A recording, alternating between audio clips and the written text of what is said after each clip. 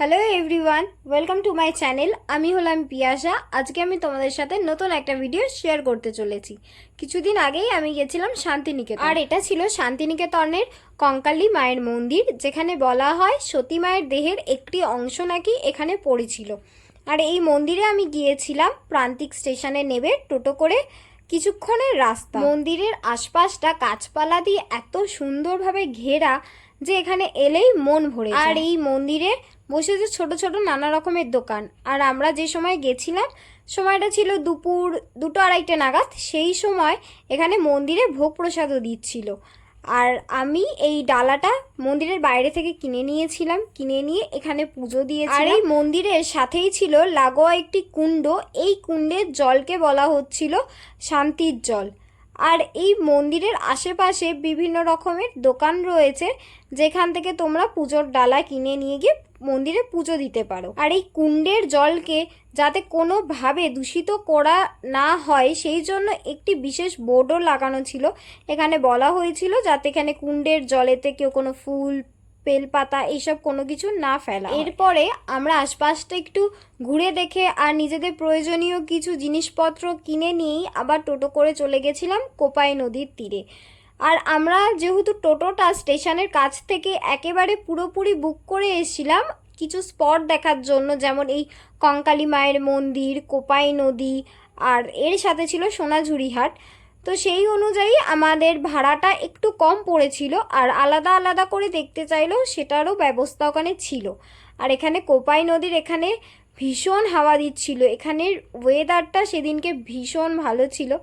তারপর এবার আমরা টোটো করে আস্তে আস্তে চলে গেছিলাম সোনাঝুরি হাটের দিকে। আর আমি এই প্রথমবার সোনাঝুরি হাট দেখতে যাব, কারণ এর আগে আমি বহুবার শান্তিনিকেতনে এসেছি, কিন্তু কখনো আমি সোনাঝুরি হাটে যাইনি। সেই জন্য আমি আরও বেশি এক্সাইটেড, কারণ আমি সবার ব্লগে দেখেছি যে সবাই এখানে আসে, অনেক কিছু কেনাকাটা করে, এখানে নাচগুলো ভীষণ সুন্দর হয়। সেই জন্য আমি এটা দেখার জন্য আরও ভীষণভাবে এক্সাইটেড, আর আমি খুব মজাও করেছি।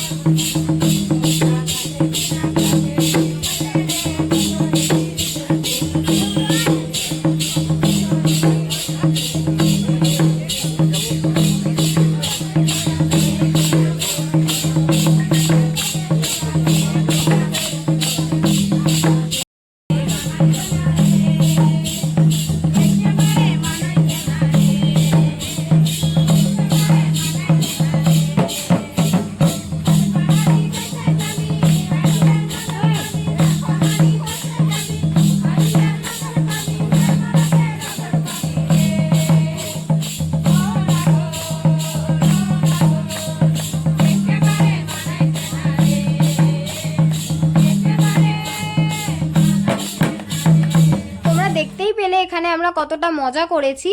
আর এরপর এখানের কিছু দোকান থেকে আমরা নিজেদের জন্য শাড়ি, কুর্তি, আরও নতুন ধরনের কিছু জিনিস কিনেছি।